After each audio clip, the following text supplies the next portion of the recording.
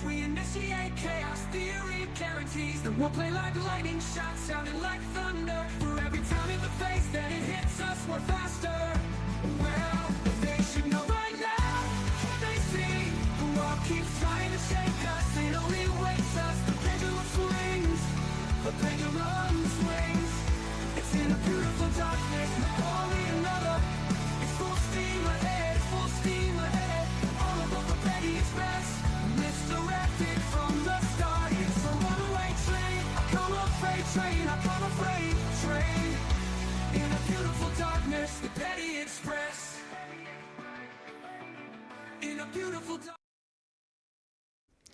Good morning, everyone. We are going to be wrapping up this case, which kind of equals out or translates to we are going to finish up the defense's, closing statement. We are going to listen to as much of the rebuttal from the state as I can tolerate without day drinking. And then we're going to watch the verdict because honestly, we are probably not going to get through all of the state's rebuttal. And I lost the bingo card, so I'm going to have to redo that. I'm all of the unprepared today, but it is what it is. It is rainy, it is cold, and I am practicing relinquishing control of doing everything myself on Thanksgiving, which is not good. I have just a scotch of control issues. So we'll see how all of this goes. There needs to be not illegal or things that would get you popped hot on a legal substances test kit. Catnip for humans. But let's get into this. I do think that the defense overall did a pretty good job in the closing. I would have just stuck with, that the state really didn't have a case, that every single thing that they tried to tie back. I have two. I have a black one or a gray one and a tan one. So depending on what I'm wearing, I'm usually covered. Because Mr. Mo said two was enough, so I didn't need to get another to bedazzle. At least not yet. And honestly, if you guys want to know where a lot of my hats and props come from, I wait till the end of seasons in Walmart. And, the end, when spring comes up, I'll be looking at all their hats and getting those on clearance. That's kind of how I get my stuff. If you ever wanted to dress up in real life like I do in real life, that's kind of where I get my supplies. But she didn't.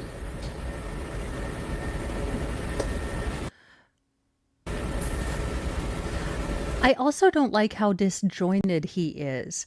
So I will say that I thought he has been a pretty good lawyer, but I do think that there are certain strengths that some lawyers have, and the ability to kind of sum up a case. Okay, this is going to sound silly, but actually having YouTube or lawyers taking a YouTube class where you kind of have to have the ability to quickly sum up a case to kind of a too long didn't read actually really sharpens those skills of being able to, take the case from a broad perspective, but then add in the facts that because you're intimately aware of the case. So I do feel like, and this is more just a style critique, but I do think that these, again, are skills or things that attorneys who are looking to make a name for themselves might want to employ. I mean, I'm not recommending that every lawyer become a YouTuber, but if you are interested in doing these high profile cases, the openings, the closings, you need to have the ability to, have a narrative, to be a little theatrical, not to the point where me, where I'm coming in with wigs, but you need to be able to tell a story that grabs the jury. That's just my thought on it, but I do think that you are going to start seeing lawyers who are aware of these things as more trials become televised. You are going to have these smart and more astute lawyers maybe taking more public relations or speaking classes, maybe getting into the psychology and psychiatry of, reading a room and seeing if you're getting people on your side, you know, being able to quickly kind of ascertain what arguments might persuade them. I do think that there is going to be a burgeoning sort of study and utilization of these things that maybe weren't as needed in before cases became televised and kind of public, or well, more public than they were. At that moment, she had a choice to go back to Norma Patton or to go back to Chris.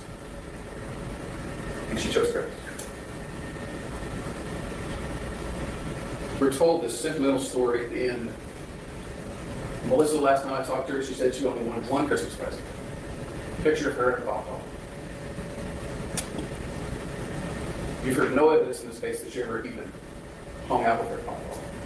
But you have heard evidence in this case that her papa was a blackout drunk who slept on the couch. It doesn't make sense.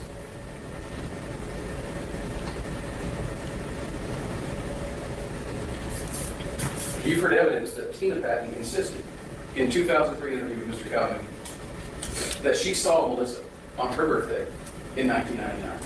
That was March 28th. She told Calhoun, she emphasized it over and over, I know I saw her. And she said her mother tried to get her to change the story because it didn't line up with her narrative of when Melissa had died. But if she saw her in March 28th of 1999, we know that Chris stopped working at Action Glass at the beginning of February, and he wasn't living there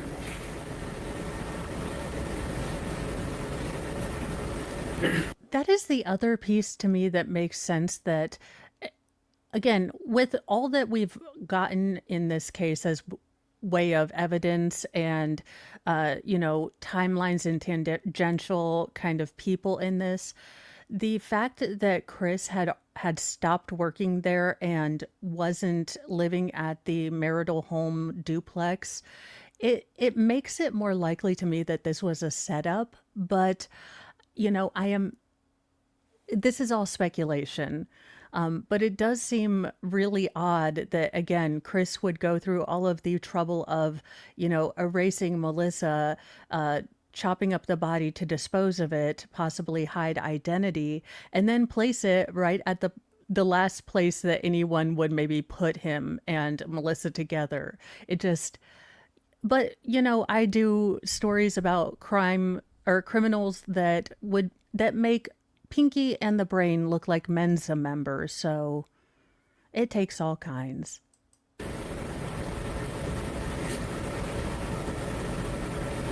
It's interesting to me that Mr. Calhoun testified that no, Christopher's property was never searched by dogs. They weren't allowed to search. He sat there confidently and told me. Sergeant LaCosta on the stand the next day, and not even from our questioning, from their questioning, volunteered the fact that the other had been a dog search, and I was there, and yes, they did search the property, and they found nothing. Do you remember Ms. Cooley talking about, oh, you built a concrete pad in the back? Why didn't that evidence in? Except to create an insinuation, oh, he had told somebody allegedly at Waffle House one time about that's how you hide a body. You put it under the foundation of the house and say, well, he made his own little foundation in the back. And ooh, the torch was underneath there. Well, the dogs didn't find it. So whatever that evidence purpose was, like all the other hard evidence, doesn't point to Chris. Yeah, and make this logically make sense to me. So you go through, okay, we're going to need the whiteboard of truth because I sometimes do better with visual representations of things that people are trying to get me to buy that don't make sense. So let me see if I get this correct. Christopher, again, I am not claiming that this didn't happen.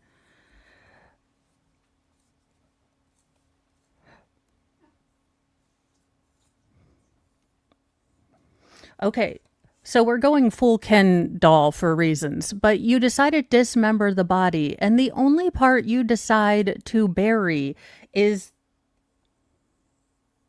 the torso. So the only part that's really can't identify you anywhere, and the only purpose to hide the torso would be to hide the, let's say, mechanism of death should there be like a gunshot wound or stab wounds. You're telling me you went through all this, all of the identifiable parts you put in trash bags, but you decided to concrete the torso, not anywhere random like Jimmy Hoffa and rest in peace, Geraldo's credibility. But you decide to concrete the torso, but leave the limbs and the head just out in the open. I mean, I'm willing to buy most stories, but that doesn't. Okay. Mr. Shepard emphasized to us about the importance of the workplace proximity. This also came up during Mr. Stein's testimony, and it's been emphasized by the DAs over and over again. Showing you the map, showing you the dot on the map where it's at, and right here's Christopher's workplace. You've seen that probably 5 or 10 times, and you've heard testimony about it. And Detective Shepard gets up and drives that point home saying, well, it's more likely that that's where the body was hidden because he didn't have to carry it very far. It's right there. And you heard this testimony about how they went out to the scene and they took the podcasters with them, and they took the media with them, and they took DAs with them, and they had this big publicity stunt about, oh, here's where the head was, and right there is his place of work. I almost expect to hear the Fair dum-dum point. music in the back. And then he learned about Carl Patton's murder. He killed people in his living room, wrapped them up in a camper out back, and then drove them 30 miles to dump them in a river. Proximity is not proof of who did it.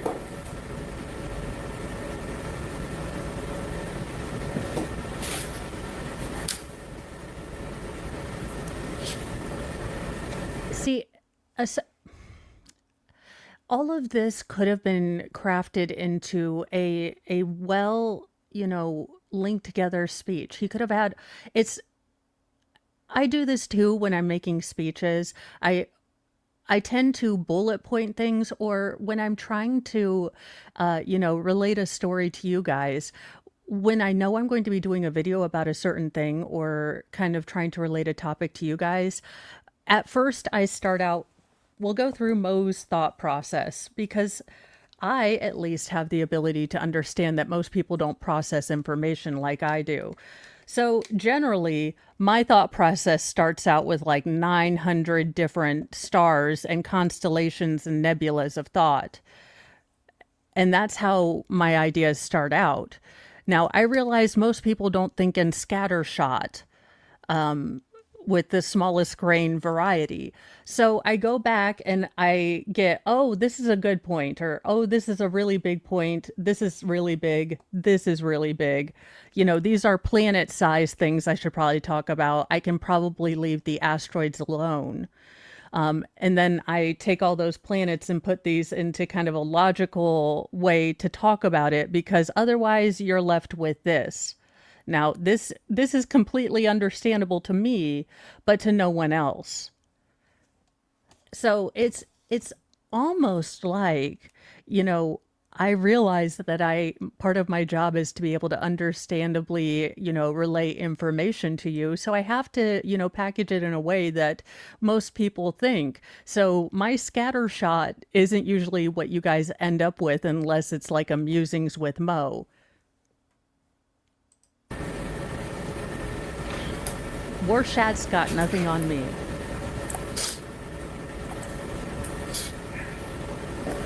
Ooh, dramatic pause.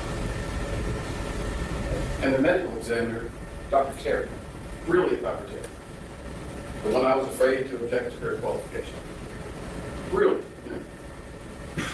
fascinating. Examined Melissa's remains and made a conclusion that supports my argument. Cause of death is undetermined. Well, there was just she said concealment of remains. I think that's a little argumentative. That is a little argumentative. Because she doesn't know if it was bagged for the purpose of concealing or just disposing. Or just transporting to be disposed. She doesn't know the intent of the person who bagged it. She can't testify to that. But there was decomposition, true, and there was incomplete discovery of the remains. And her conclusion is, I can't determine how she died. Hey, it explains the really, really luxurious hair. And Mr. Fawcett asked her a series of questions. Can you tell if it was strangulation? Can you tell if it was stabbing? No. Can you tell if it was shooting? No.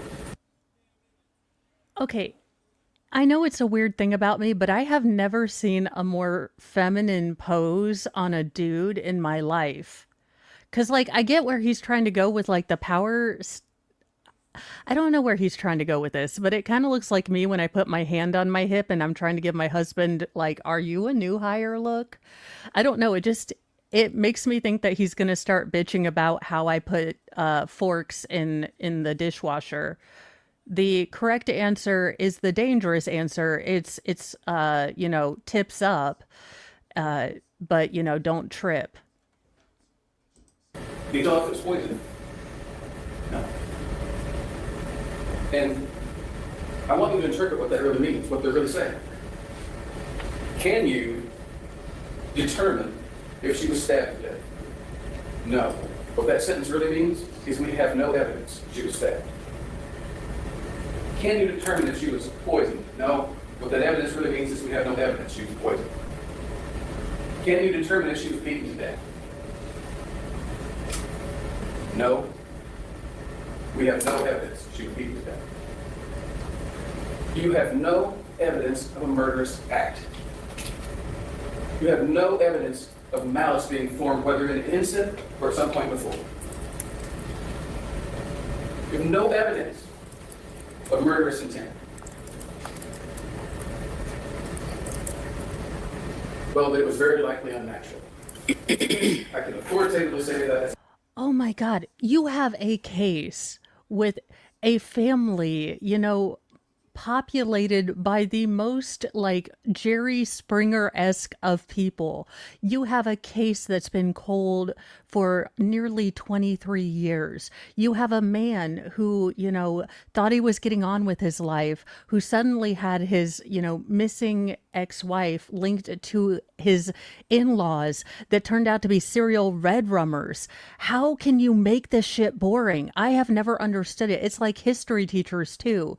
I mean, you have some of the most degenerate Marquis de Sade type stuff, the most, grotesque and kind of pivotal moments in human history, and they reduce it to memorize these dates.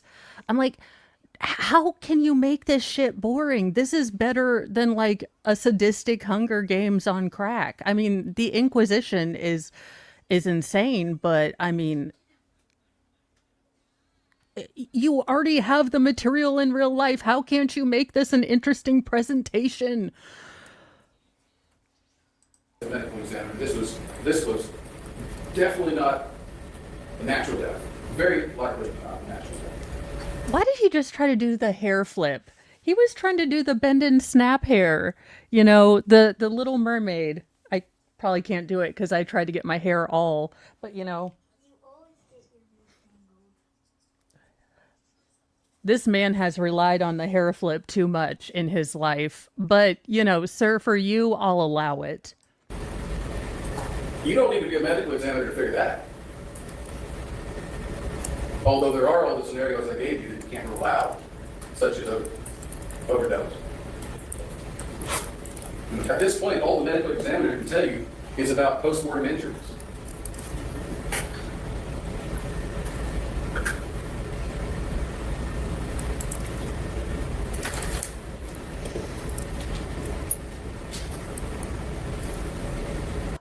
Also, sir, you cannot pause, because every time you pause, I look over and I see my youngest, most feral cocooned on my bed next to Lord Dingus the cat wearing snorkel goggles while watching his iPad. So not only am I struggling with ADHD, but I have a real life biological weapons grade attention grabber like right next to me. So I cannot be trusted with long pauses, sir. You don't have proof beyond a reasonable doubt. You may have a suspicion that Christopher did it. That's not enough. You may have a strong suspicion that Christopher did it. That is not enough. You may gravely suspect that Christopher did it. And the judge is going to read you a law here in a minute that says a grave suspicion is not sufficient. You need proof beyond. What about a pothole's worth of suspicion? Because I got a whole hell of a lot of people I got a pothole's worth of suspicion on. In a movie I watched as a parent was trying to get their child to read an assigned book, and they gave a synopsis where there was a glimmer of interest, and they gave the child a book. Yeah. Yeah, I never, because I would read and, read different depictions of it and found, history to be anything but boring. But when I went into school, it was always like, ugh. Any reasonable doubt that excludes every reasonable alternative. The state's theory is asking you to do a couple of things, and I'm winding up. You promise? The first thing it asks you is to ignore all the physical evidence and just listen to our story about domestic abuse. And in doing that, it's asking you to believe this, that that man right there is so brilliant, he can pull off a mastermind murder. He didn't leave a shred of DNA. He didn't. We could have just ended and started with this. I'm telling you, as a potential jury member, all you had to do was say this sentence, and we could have been done out of here. Bye, Felicia. See you later. I'd have appreciated it too. Leave a shred of carbon fiber, hair fiber, pubic hair. He didn't leave a shred of anything that our most powerful forensic machines can pick up. Not one shred. And then was dumb enough to dump the body right by where he was. That doesn't make sense. Melissa was surrounded by criminals, violent criminals, drug users, drug dealers, a dangerous area of town. You heard Miss Rock say, I would not walk the streets there at night by myself. She was beset everywhere she went by those dangers. And yet the state is asking you to believe what they're calling an abuser must necessarily become a murderer. But at the same time, that people we know are murderous somehow turn into angels. You can't believe both those things. No, don't go back to your notes. You know this case. See, you keep looking at your notes to not forget anything, but you just made a persuasive, very concise argument that utilized all that information you had in those notes. For the love of Cheetos, don't go back to your stilted note reading. It's almost like for a spark of a sentence there you had a soul. And you could have sold a narrative in this supremely fascinating case. And I would ask you not to follow your imagination on either one of you. Don't let the state force you to follow his story, which is imagination. Demand evidence that a murder happened, that an act of murder happened. Demand. Come with me and you'll see a case of pure imagination. Here you are, Fulton County awaits. Look, Fulton County, the Willy Wonka-esque musical will be coming soon. All right, let's see how much we get through of this woman's rebuttal. I am not going to lie. No one has really impressed me in and of this case. So we'll see how long we get through her rebuttal argument. her closing.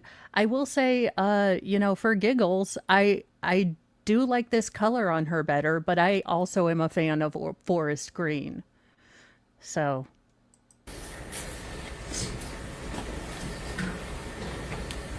Good afternoon. I'm the last voice that you're going to hear for the city. And we get the option to speak to you last. is she wearing is she wearing tennis shoes with black socks? Now, I am all for being comfortable. Y'all know I have a very limited amount of shoes that I can wear due to my nerve issues. So, no shame if she's got, nerve issues. It does look like she is wearing an ankle brace, which might mean she's not able to wear heels. So, no shame in that game, but my Tizzy ADHD was like, "Wait a minute, did I just see tennis shoes?" So, no shame in that cuz I have to wear, handy capable Velcro shoes myself. Here for the city. And we get the option to speak to you last because we have the money. And in this case, we have waited 27 years to get justice for this. And at this point, ladies and gentlemen, we have proved that this defendant killed Melissa Wolfenbarger. Were you watching the same trial I was, ma'am? Because I would like you to go point me back to the timestamps where you prove stuff. Because I took notes, and if you could, I'll rewatch those and change my entire opinion. So if you'll just point me to the timestamps where you proved jack crap beyond anything circumstantial, that would be super.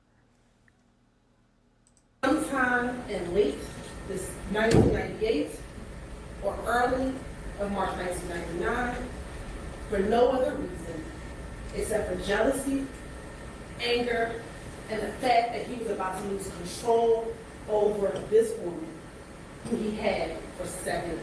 No. State. Let me, again, whiteboard of truth. It's almost like you guys didn't have access to a basic whiteboard when you were making this theory. So explain this theory to me, State, because you've got Melissa, who was out on her own with Waffle House guy.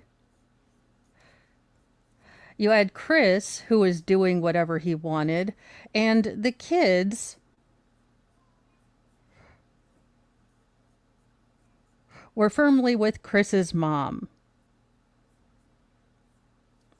Okay, so with this whiteboard, explain to me what Chris has to gain, if anything, when Melissa's really no part of his life anymore. Chris, his kids are with his mom.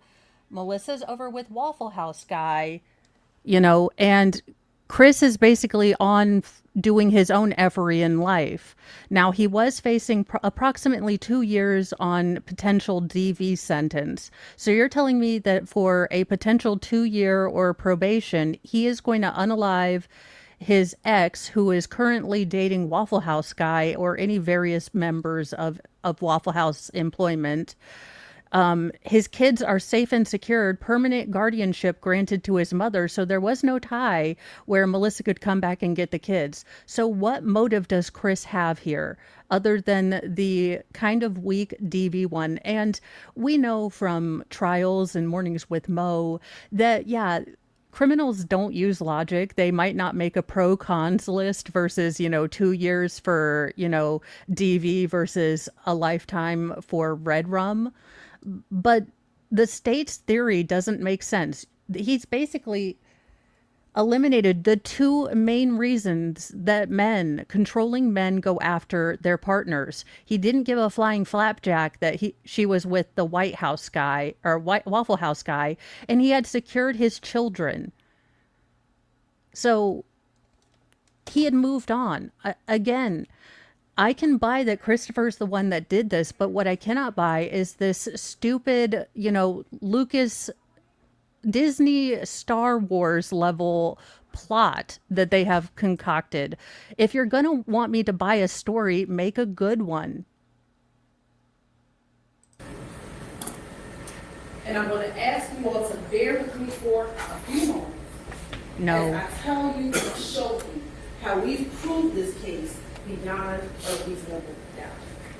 Damn it. I knew I shouldn't have asked her to prove it. Damn it, damn it, damn it.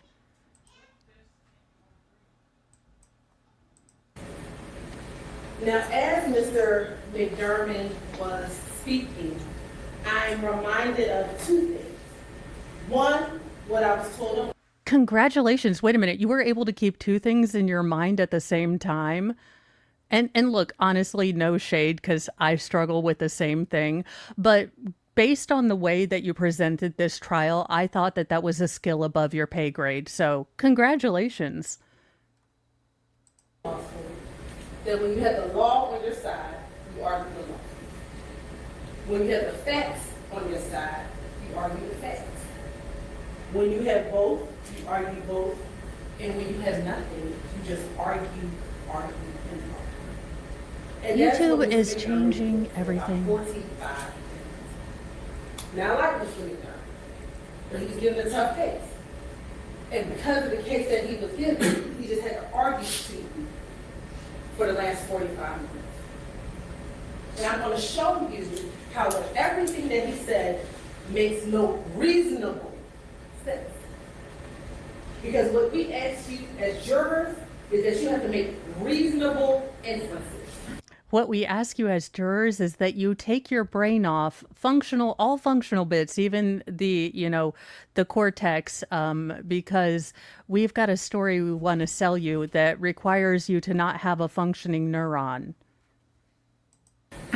Based on your common sense and reason. We ask you not to leave your common She speaks like she has this at home, like she utilizes these skills, yet this case was presented the way it was. sense at the door, but you bring it into the courtroom. And there's only one reasonable conclusion in this case. And all roads, all logical roads, all roads lead to one defendant, and that is him. No, not roles, roads. The colloquialism that you're trying to steal is all roads lead, not all roles. If you are going to take, colloquialisms and, kind of American History X them into your speech, please use them correctly. And thank you. This is Sarah for gifting a membership, and that went to Strange Little Badger. Let me get the tag.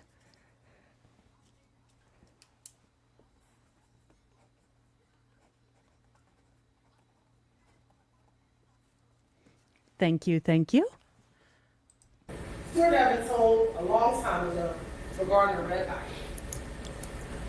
And the story goes that there was a man coming across the border, and he had a red eye. Holy crap, she used this in the YSL trial. Is this her, look, you guys, the state doesn't have a really good case, so let me tell you a story. Because I'm pretty sure she mentioned this in the YSL trial. Now, I only watched the closing statements, and I've slept since that. But I'm pretty sure this is a story she used. And every day, he would come cross the border with a red bike. Oh, yes, it's a bicycle story. He was smuggling bicycles. Oh, my God, we're fast forwarding through state story time.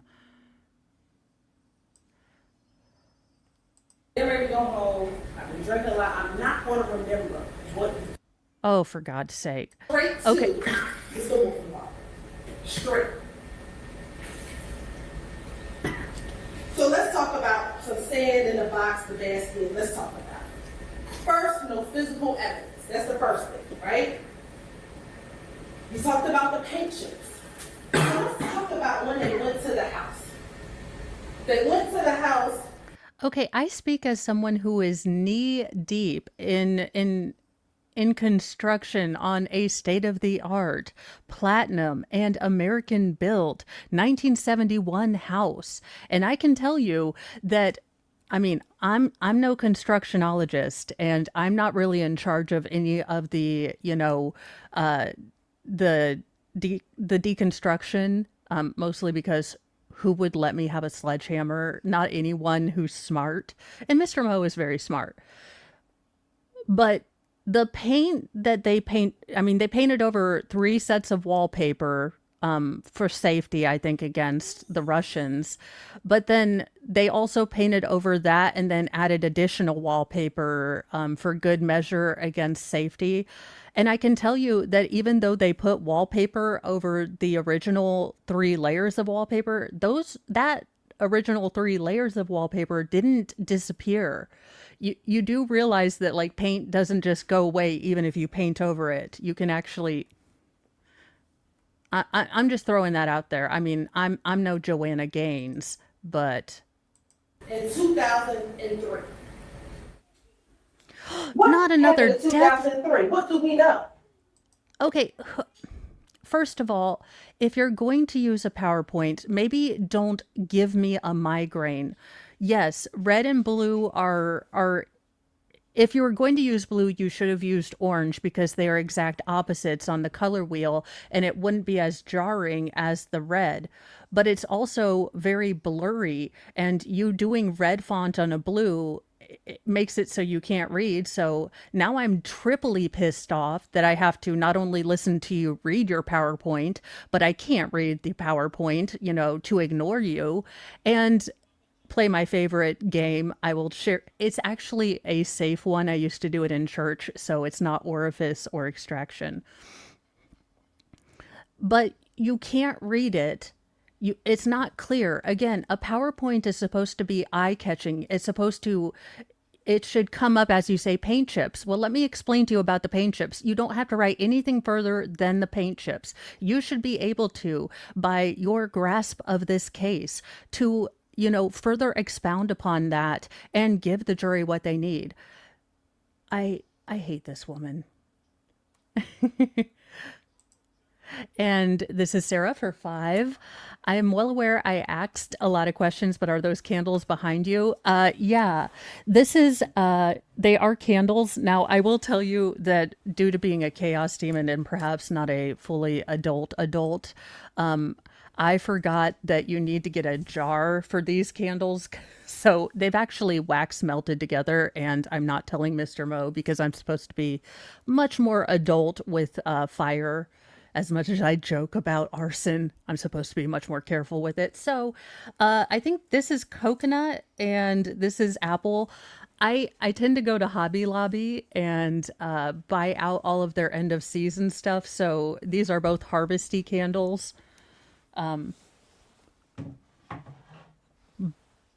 But, not like I don't have a whole boatload of the last time I went in there at the end of season. So we are set if the power goes out.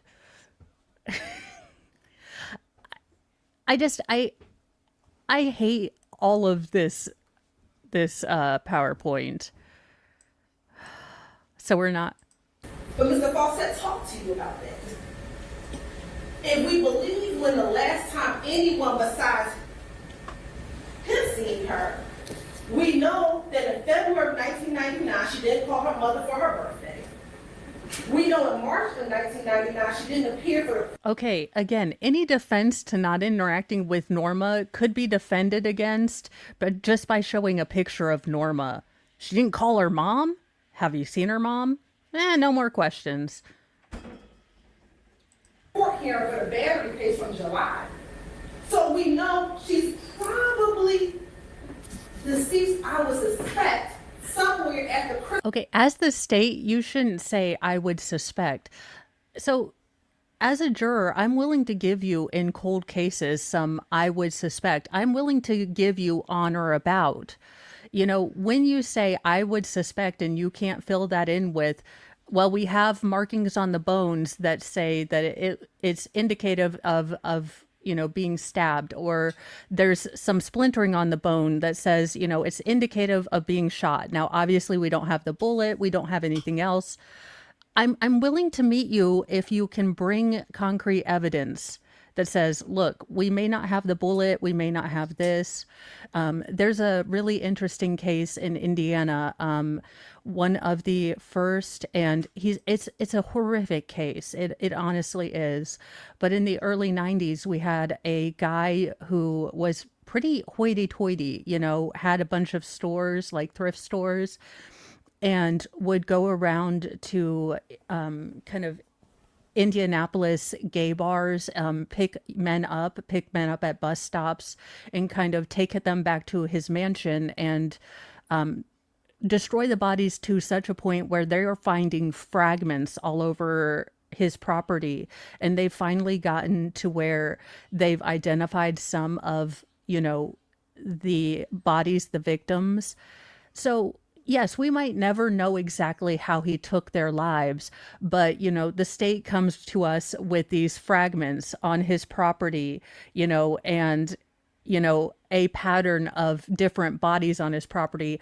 I'm willing to have some gaps in the story and believe that, whereas I'm not willing to do this for this case because there's none of that extra stuff that makes it, where I'm comfortable to say, what are the chances that two crazy serial killers happen to use this guy's, backyard to dump people?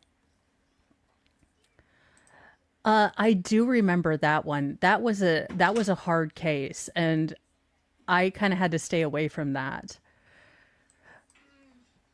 Christmas of 98, probably January or so of 99.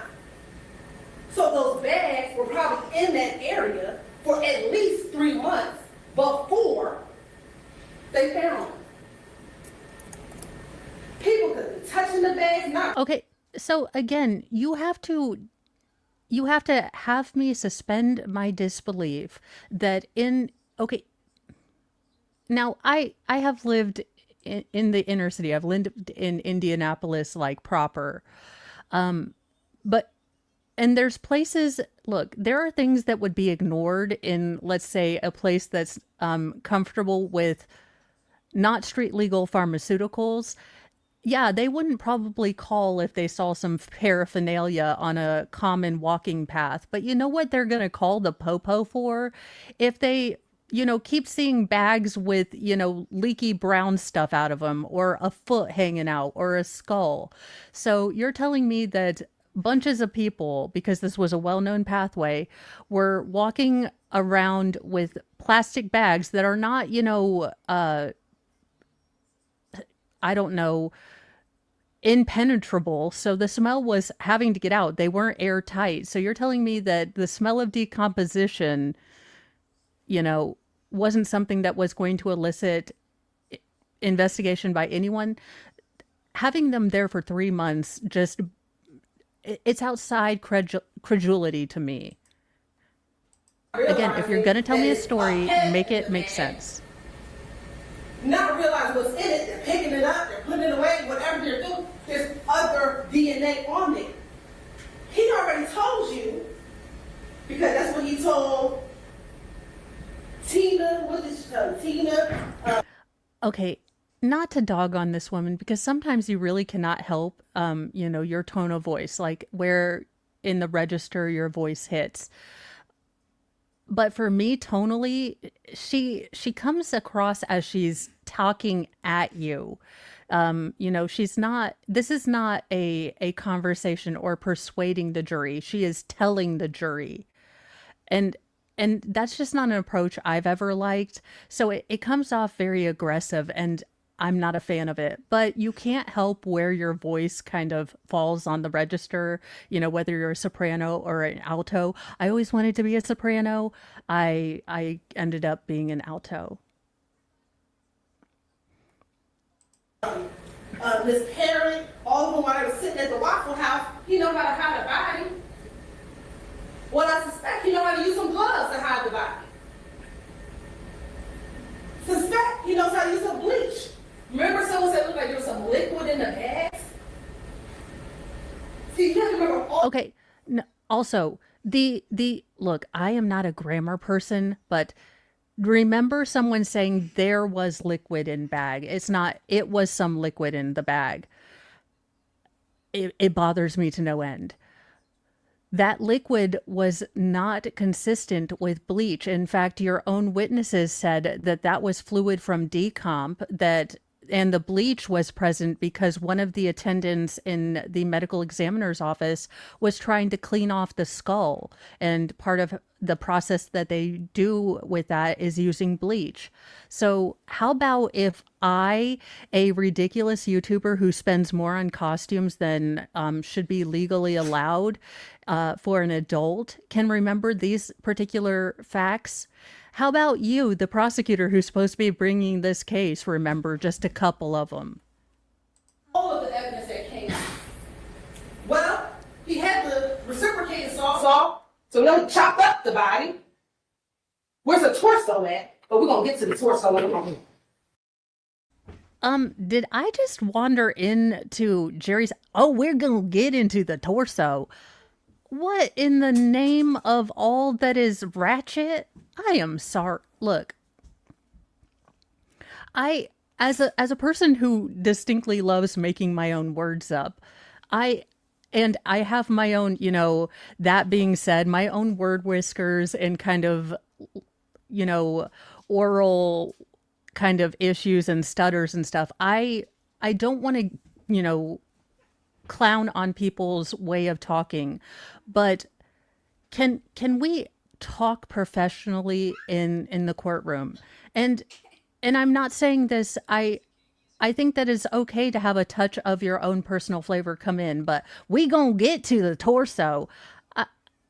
That's not the kind of stuff I want to hear in a court. Maybe it's because I just don't like her already that I'm judging her harshly, but it's bothersome. I expect you to comport yourself. I don't know. It rubs me wrong, paired with her aggression. It just doesn't seem to bring the dignity to her position.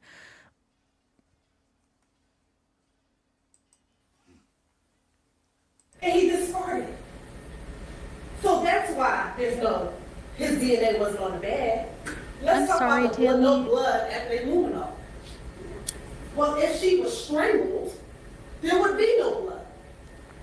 Okay, no, there wouldn't be any blood, with the commensurate neck hug of, non-consent, but there might be a little bit of bloodshed in the, ancillary, I don't know, dismemberment. It's almost like that would be kind of a messy arts and craft project.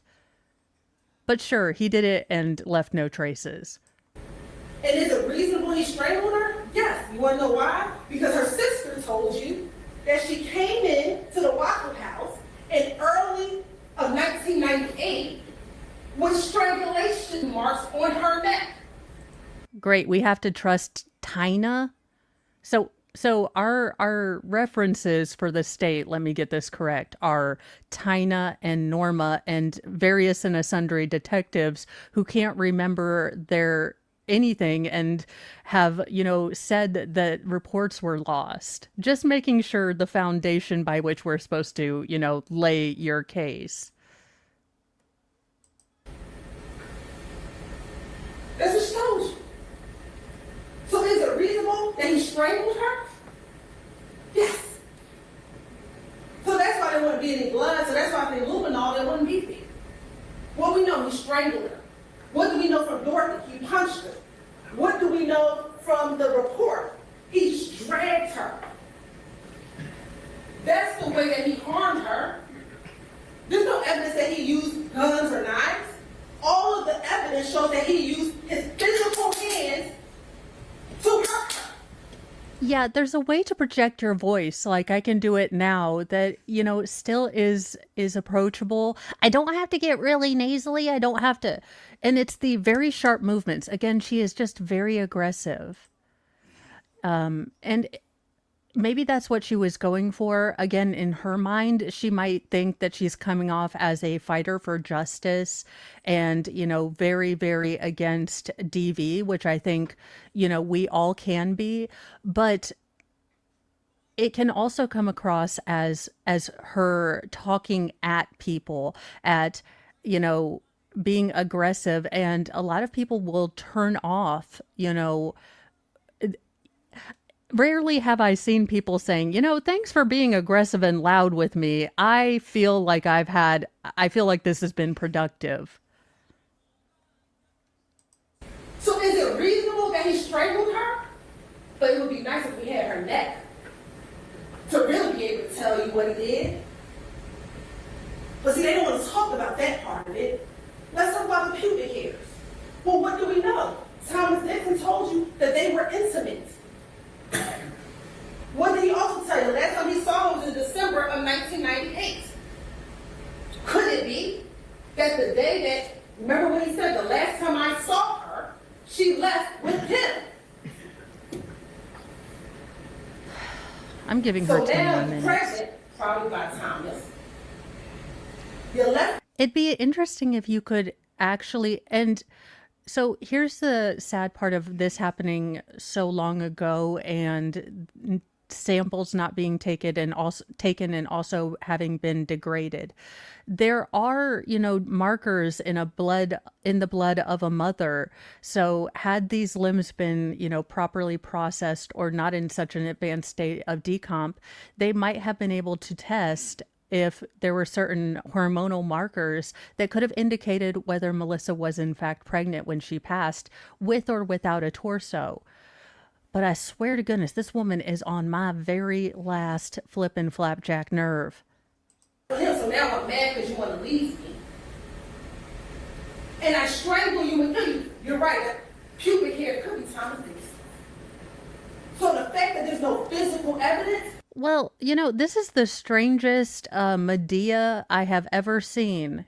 I liked Medea. I love Why Did I Get Married? Why Did I Get Married Too? But this is the weirdest Medea goes to court I've ever seen. No wonder it went directly to VHS. Doesn't mean it doesn't point to him, because there's a reasonable reason why there's no physical evidence.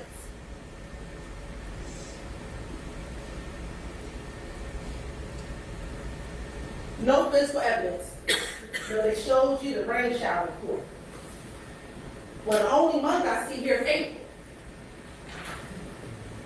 If she was died in January, February, or March, where's the rain reports for those months?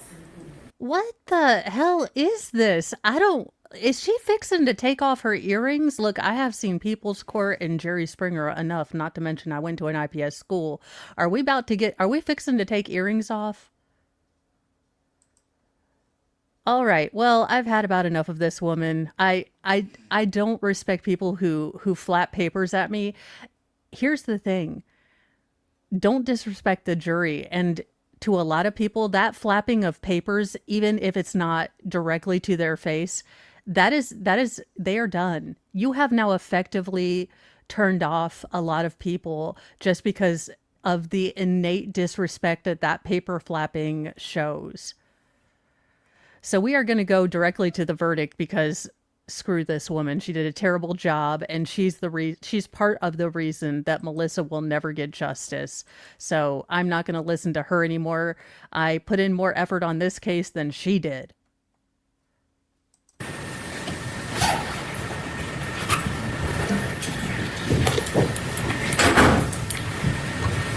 Jurors, present accounted for, Your Honor. Thank you all. Please be seated. Will the foreperson please stand? Good afternoon, sir. My understanding is that the jury has reached a verdict. 2 hours and 12 minutes, ma'am. How effective was that shouting and paper flapping? How effective was that? We don't have any evidence, but he's a bad guy. How was it? How was yelling at the, jury and presenting Norma as a credible witness and Tina? Yes, the jury has reached a verdict. Okay, and was that verdict unanimous? Yes. Okay, and has the verdict been filled in, signed, and dated by you as the foreperson? Yes. Okay, will you please hand it to the deputy, and then you may have a seat, sir. Will the defendant please rise? In the Superior Court of Fulton County, State of Georgia, the State of Georgia versus Christopher Wolfenbarger, case number 24 SC 004201. Count 1, we the jury find the defendant not guilty. This 22nd day of August 2025. Will the state and defense counsel please come up and look at the verdict form and confirm that you have no objection to the form or legality of the verdict?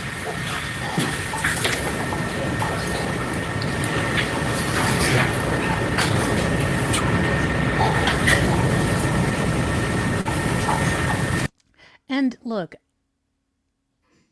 I know that Christopher might have been not a good husband, and there's evidence credible that he maybe wasn't the best person in his 20s.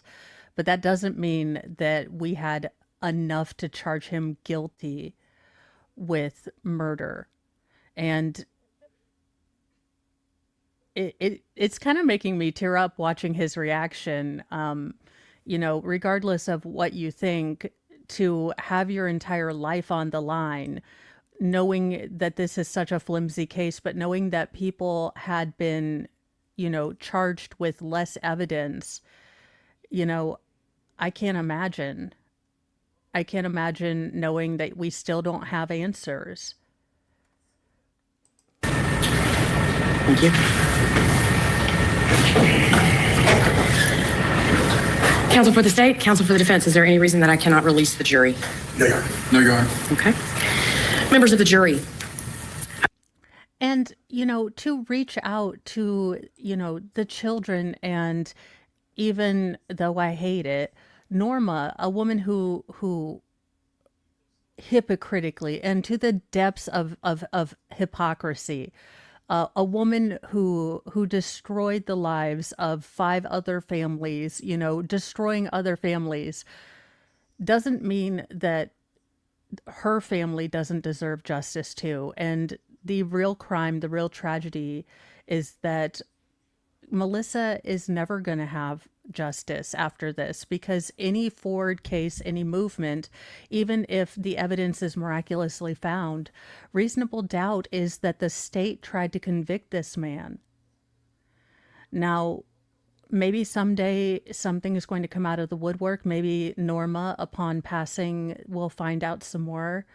I do hope that Melissa's friends, family members, and children can get peace and whatever source of comfort they can in this life. As much as we joke, as much as this has been a dumpster fire, at the end of the day, and a bottom line, that, this woman was left out like garbage. And because so many people, not for double jeopardy. Now, Chris Wolfenberger can never be tried for this again, but should they find an alternate third-party suspect, let's say they say that Waffle House guy did it now, the fact that the state invested so much and went through a trial to try to prove that Chris Wolfenberger did it, basically any defense attorney can say the state had all the evidence saying that they caught the guy and it was Chris Wolfenberger.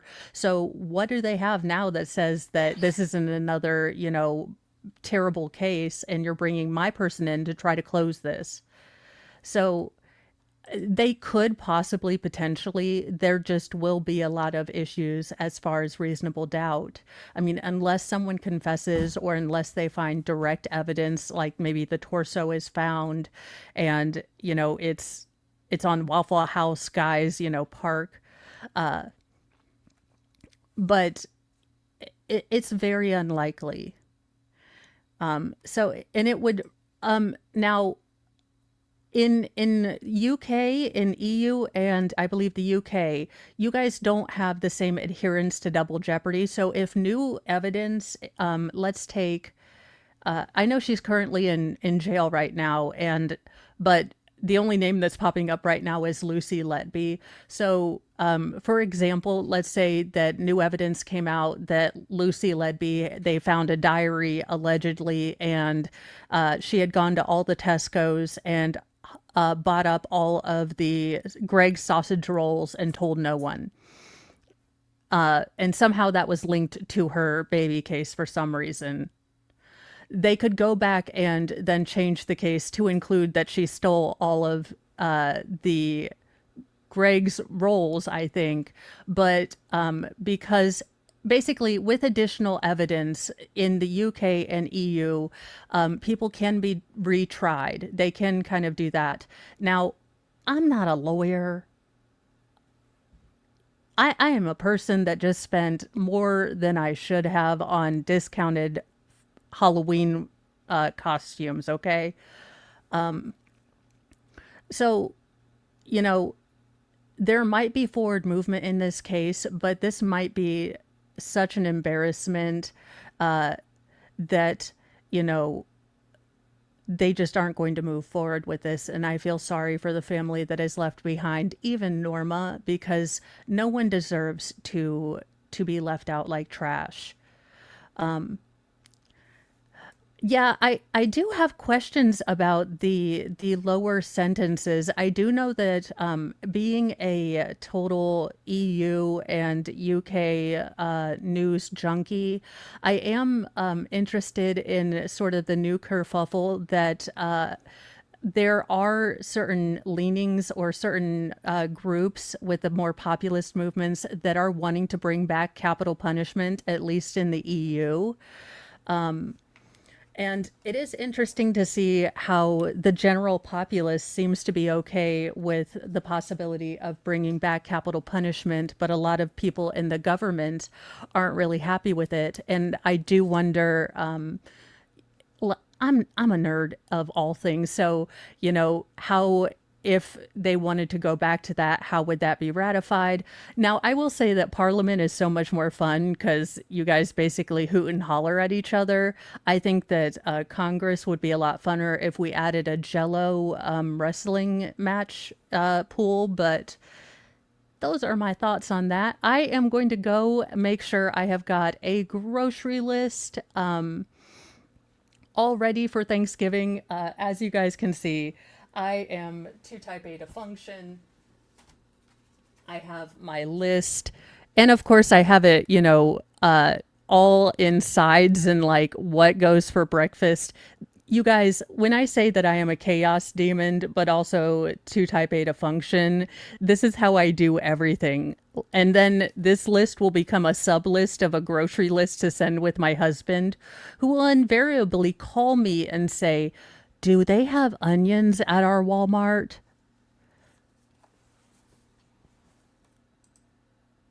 I know, and I'm willing to do that. Hey, if Angela Rayner can, you know, lie on her stamp tax vape drink and be a darling and possibly be the next PM, imagine what I can do. Again, to the people of the EU. I know Nigel Farage is really, really popular, but think of Mo. You've elected worse.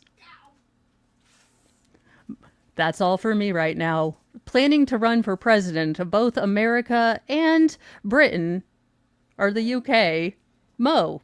Not even sure that, you know, that's possible or legal, but at this point, we've done worse. Radical change might be okay. Promise not to dress up as Mao, too. That's the, I mean, unless I feel like cosplaying. Have a wonderful, wonderful day, you guys. I will be starting to pull some of the audio for Sarah Boone for her family case.